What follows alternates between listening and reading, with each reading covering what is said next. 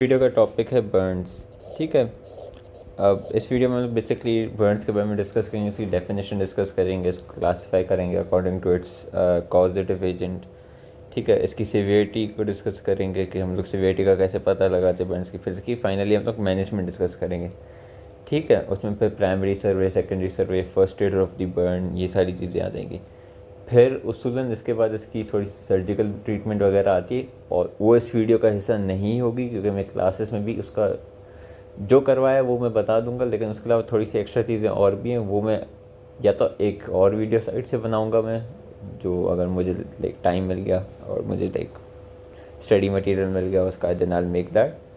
वरना जितना करवाया है क्लासेस में वो पूरा का पूरा इधर ही होगा, तो डोंट वरी अबाउट दैट। लेकिन थोड़ी सी एक्स्ट्रा इन्फॉर्मेशन वगैरह के सर्जिकली क्या क्या होता है, तो फिर वो एक्स्ट्रा चीज़ें थोड़ी हैं, उसकी अलग से वीडियो होपफुली आ जाएगी, मे बी कल आ जाए, डिपेंड्स, लेट्स सी। ठीक है, तो what is burn? Burn is a type of traumatic injury.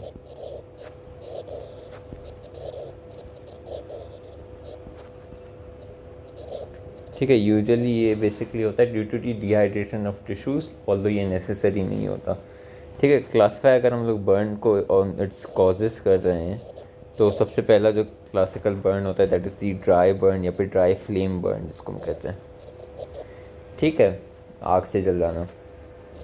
Then we have स्कैल्ड्स, कोई गर्म फ्लूइड है उसकी वजह से, जैसे पानी हो गया, ऑयल हो गया, एक्सेट्रा।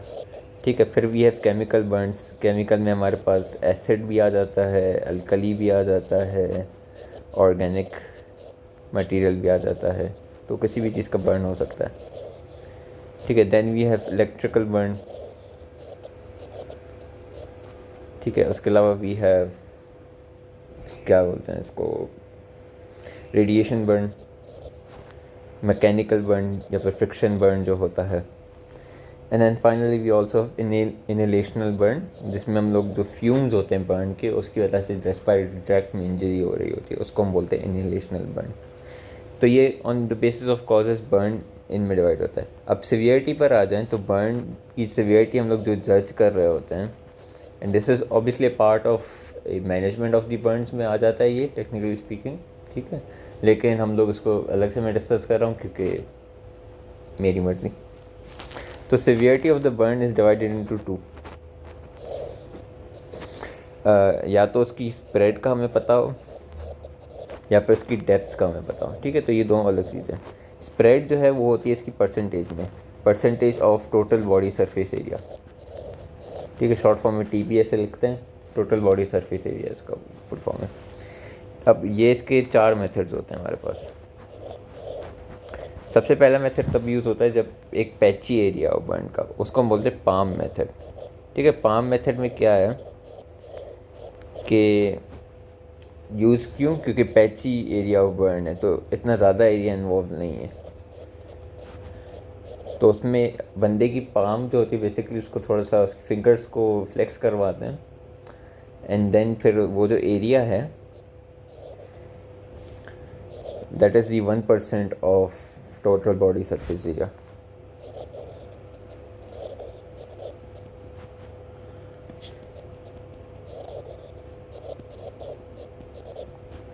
उसके बाद हमारे पास आता है रूल ऑफ नाइन्स। ठीक है, रूल ऑफ नाइन्स जो है उसमें थ्रू आउट दी बॉडी हमने डिवाइड कर दिया बॉडी को इन रीजन्स। तो बिल्फर्स हेड एंड नेक जो है that is 9% of total body surface area. Head and neck 9% है।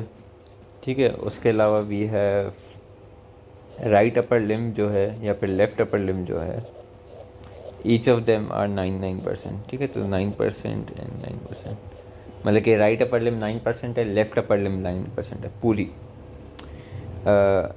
चेस्ट जो है एंटीरियर 9% है, पोस्टीरियर 9% है।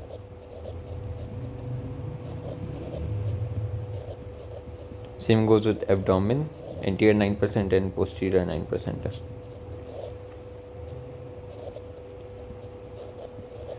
ठीक है, तो रूल ऑफ नाइन्स में जो एब्डोमेन और चेस्ट को मिला के हम लोग ट्रंक बोलते हैं, तो एंटीरियर ट्रंक 18%, पोस्टीरियर ट्रंक 18%, ये थोड़ा सा ध्यान में रखना। फिर हमारे पास आता है लोअर लिम्ब, तो लोअर लिम्ब जो पूरी होती है वो 18% होती है, एंटीरियर पोस्टीरियर में डिवाइड होती है ना, तो rather 9% and then posterior is also 9%. ठीक है, नहीं मल्टीप्लाई बाई 2 हो जाएगा क्योंकि 2 लोअर लिम्स हैं। ये पूरा मिलाकर हमारे पास 99% तक आ जाता है, क्योंकि 1 2 3 4 5 6 7 8 9 10 एंड 11, तो 9 11 99। रिमेनिंग 1% जो है वो पेरिनियम का होता है। तो ये हमारे पास रूल ऑफ 9 है। एक्सटेंसिव इंजरी हो तो हम लोग पता लगा सकते हैं इसमें। Rule of 9 does not apply to kids. क्यों? क्योंकि 3 जगह पे ऐसा होता है कि kids vary from adults. Number 1, kids का जो हेड होता है that is much larger in proportion to the rest of the body. Number 2, kids की जो लेग्स एंड थाइज होती हैं they are much less in proportion to the rest of the body. तो उनका लेग्स का जो टोटल बॉडी सरफेस एरिया होगा वो कम होगा, थाई का कम होगा, हेड का जो होगा वो थोड़ा सा ज़्यादा होगा, हेड एंड नेक रीजन का। तो इसलिए रूल ऑफ 9 जो है वो बच्चों में इतना ज़्यादा वो नहीं होता। उसके अलावा we have third method total body surface area का, that is the Lund and Browder's chart. इसमें चार्ट होता है, हर एज ग्रुप का अलग होता है और हर बॉडी सरफेस बिल्कुल, अगर अपर लिम्ब है तो पूरी अपर लिम्ब को भी का भी बताएगा, लेकिन हैंड का अलग से बताएगा, आर्म का अलग से बताएगा, फोर आर्म का अलग से बताएगा। तो ये ब्राउडर्स का चार्ट होता है। तो ये each and every body part को स्पेसिफिकली फिर बता देता है कि इसका इतना परसेंट है, इसका इतना परसेंट है, इसका इतना परसेंट है। तो ये चार्ट है। एंड फाइनली अगर बहुत ज़्यादा एरिया इन्वॉल्व हो तो फिर हम लोग अनबर्नड एरिया का फाइंड कर देते हैं। उससे फिर हम लोग बर्नड एरिया को उसके 100 से डिवाइड कर 100 से माइनस कर देंगे तो हमें पता चल जाएगा। On basis of depth burn is divided into 4 degrees. ठीक है, सबसे पहला जो है that is the first degree burn, that is the epidermal burn. ठीक है, ये सिर्फ एपिडर्मिस को इन्वॉल्व करता है। इसके 3 मेन चीज़ें हैं, ये रेड होगा, ये पेनफुल होगा, ऑब्वियसली ये सुपरफिशियल होगा। उसके अलावा इसमें ब्लिस्टर फॉर्मेशन नहीं होगी। सही है, तो ये first degree burn. Then we have the second degree burn which is epidermis and then partial dermis involvement. ठीक है, इसकी खास बात ये है कि इसमें ऑब्वियसली ब्लिस्टर हमें मिलेगा। अगर ब्लिस्टर है तो that is second degree burn. अगर ब्लिस्टर नहीं भी है तो फिर से हमें थोड़ी सी लूज स्किन मिल सकती है। ठीक है, ब्लिस्टर अगर पॉप हो गया या ऐसा कुछ होगा तो लूज स्किन मिलेगी।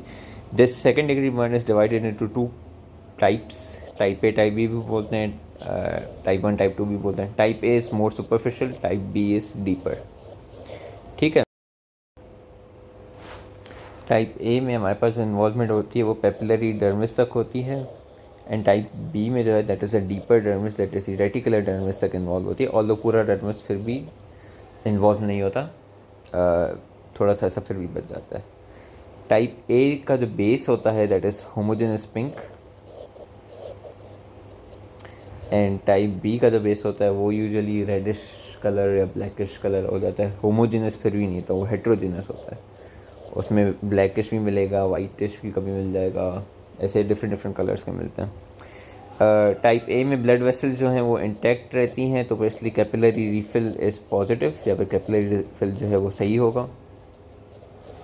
एंड टाइप बी में कैपिलरी रीफिल नेगेटिव होगा क्योंकि ब्लड वेसल उसमें डैमेज हो जाती है।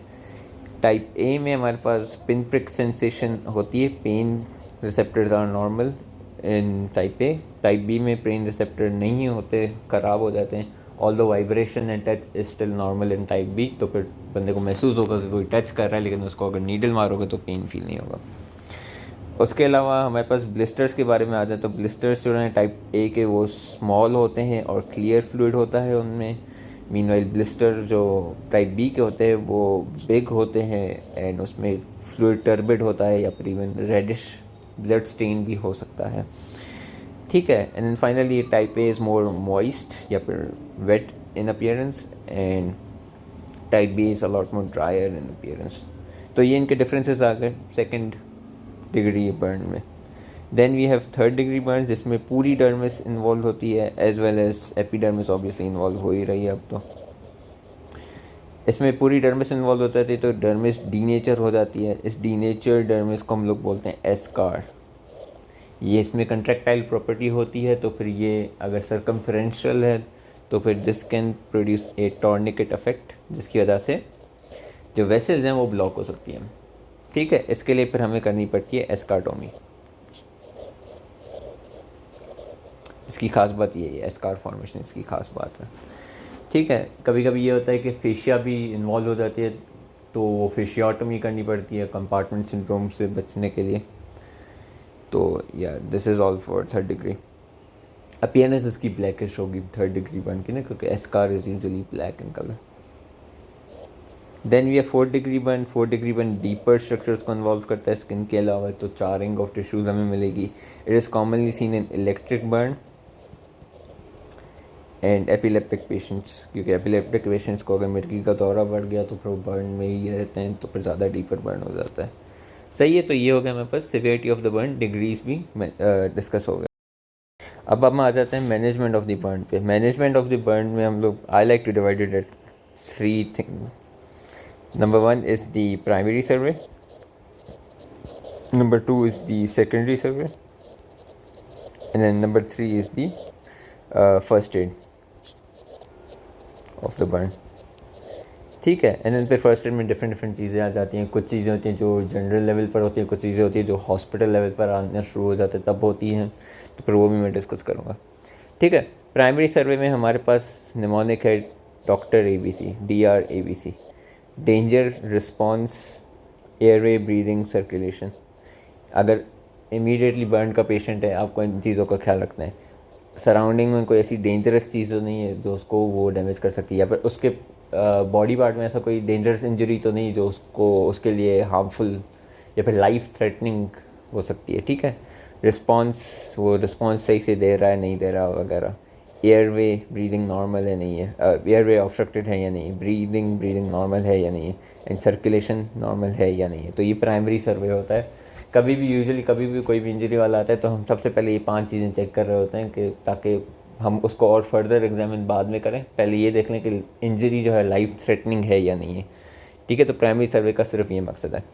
फिर हम लोग आ जाते हैं सेकेंडरी सर्वे में। ये इसमें हम लोग हिस्ट्री ले रहे होते हैं और हेड टू एग्जामिनेशन होती है, जिसमें हम लोग हर चीज़ देख रहे होते हैं, और इसमें हम लोग इवन फिर भी मेक श्योर कर रहे होते हैं कि कोई हार्मफुल इंजरी इतनी ज़्यादा लाइफ थ्रेटनिंग तो नहीं है कि मसला करे। ठीक है, तो secondary survey head toe examination, history taking, detail examination, सारा जो भी करना है। फिर हम आ जाते हैं फर्स्ट एड पे। अब फर्स्ट एड ये है कि कोई बंदा है जिसको बर्न हुआ है, या फिर कोई बंदा है आप देख रहे हो कि उसको बर्न हुआ है, तो फिर हम लोग क्या क्या कर सकते हैं। तो first aid is first of all divided into, एक तो general measures and then hospital management, right.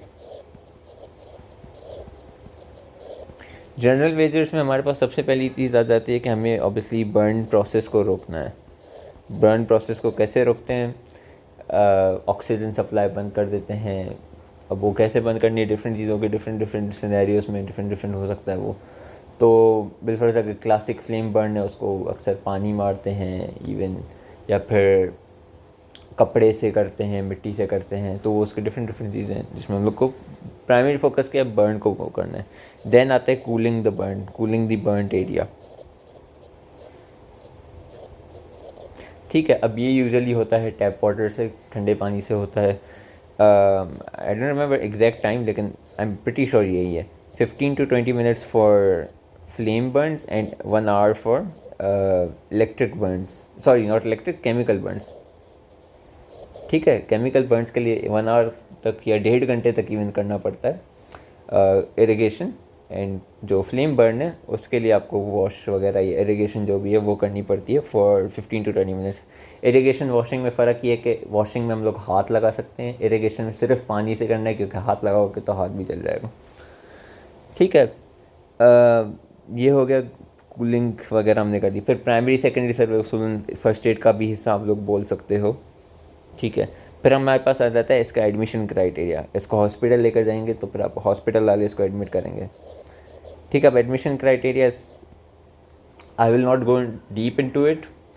मैं बस उसका पूरा जो क्या कहते हैं चार्ट तो नहीं बट जो लिस्ट है वो दिखा दूंगा, रीड कर देना, 5-6 याद रख लेना, इजी इजी होंगे। लाइक परसेंटेजेस वाले ज़रूर याद रखना कि सुपरफिशियल बर्न है तो कितना परसेंट हो, तो फिर उतना है, बच्चों में कितना हो, बड़ों में कितना हो, ये याद रखना ज़रूर। बाकी माइनर माइनर हैं उसमें से कुछ 5-6 याद रख लेना, इतना ज़्यादा इंपॉर्टेंट वाइवा के हिसाब से तो होगा, लेकिन एमसीक्यूज़ में इतना नहीं आएगा ये।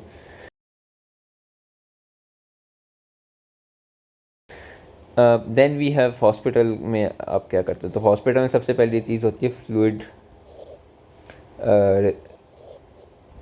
रिससिटेशन।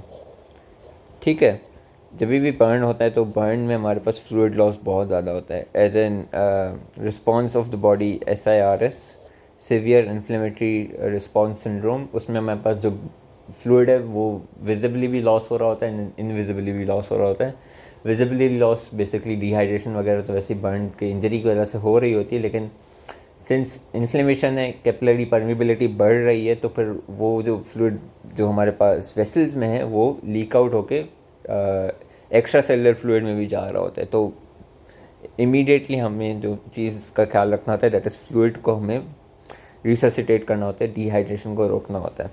उसके लिए हमारे पास सेलाइन ऑल्टरनेटिव्स भी होते हैं जो तीनों बॉडी कंपार्टमेंट्स में जा रहे होते हैं, ECF, ICF और ब्लड वेसल्स।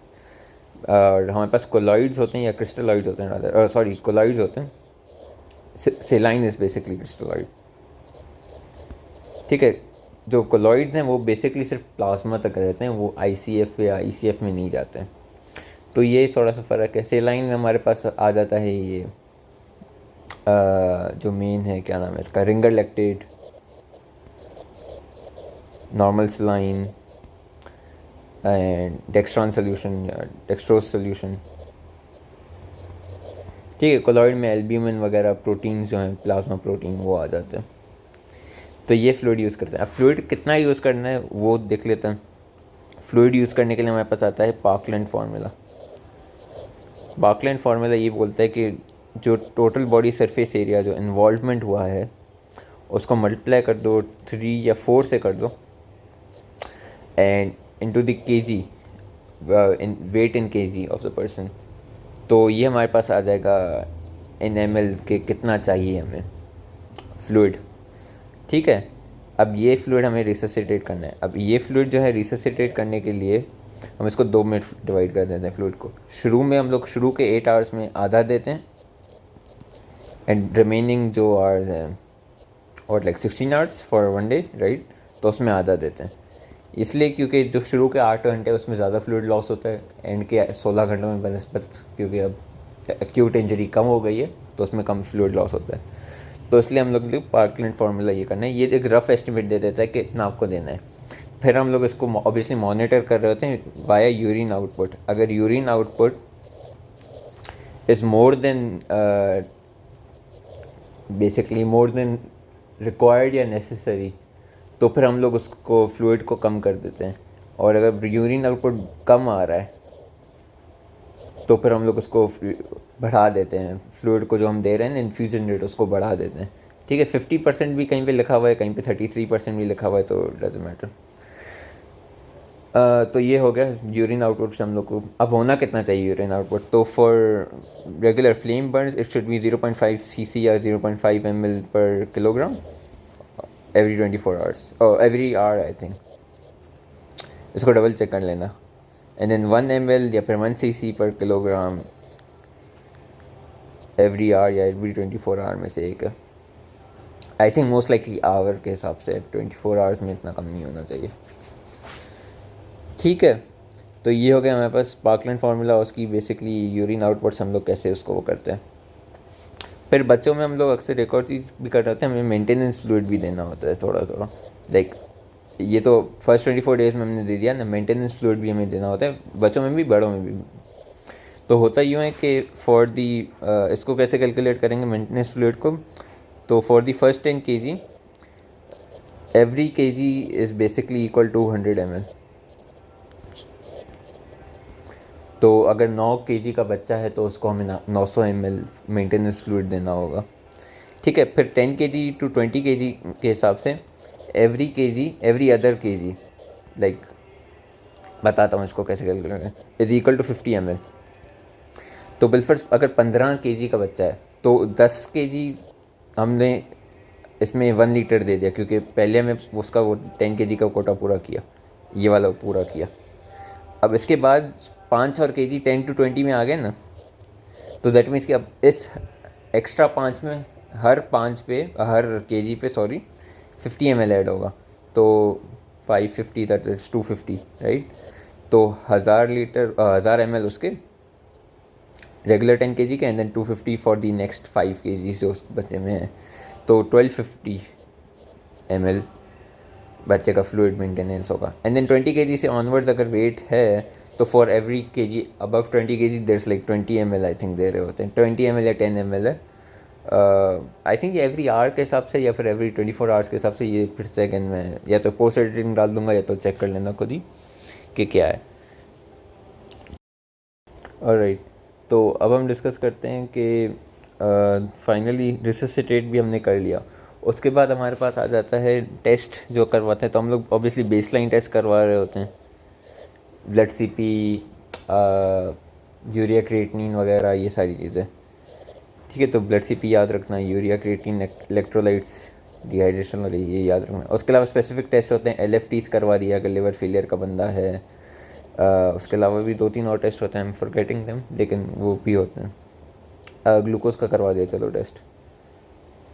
तो ये सारी चीज़ें। फिर हमारे पास आता है वूंड केयर। वूंड केयर में हमारे पास कैसे करते हैं, तो सुपरफिशियल बर्न अगर है तो उसको हम लोग यूजुअली पॉलीफैक्स दे रहे होते हैं, एंड एंटीबायोटिक्स हॉस्पिटल में दे ही रहे होते हैं वैसे ही, ठीक है। फिर हमारे पास आता है डीप बर्न्स। डीप बर्न्स में लाइक डीपर वंस में हम लोग सिल्वर सल्फर डायाजीन देते हैं 1%।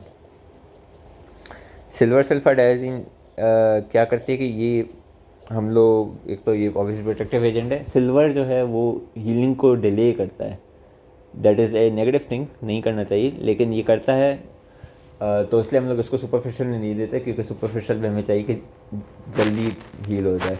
डीप बर्न्स में वैसे ही देर से होगा तो फिर हमें इतना कोई ज़्यादा फ़र्क नहीं पड़ता, ठीक है। एंड देन और डीपर जो 3rd डिग्री बर्न्स हो गए तो उसमें हम लोग के पास ऑप्शन बच जाता है, ग्राफ्टिंग का ही ऑप्शन बच जाता है। उसमें हम लोग टेंजेशनल एक्ससिजन करते हैं एंड स्किन ग्राफ्ट लगा देते हैं,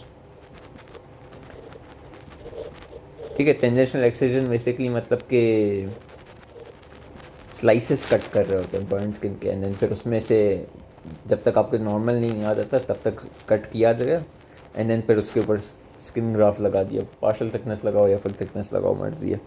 तो ये वूंड केयर हो गई हमारे पास ऑफ दी बर्न्स वगैरह, and that is all for Burns. Hopefully इसकी एक और वीडियो आ जाएगी, अगर नीड पड़ी तो I will obviously make it. बाकी इतना जो भी पढ़ाया गया सबका सब इसमें ही है।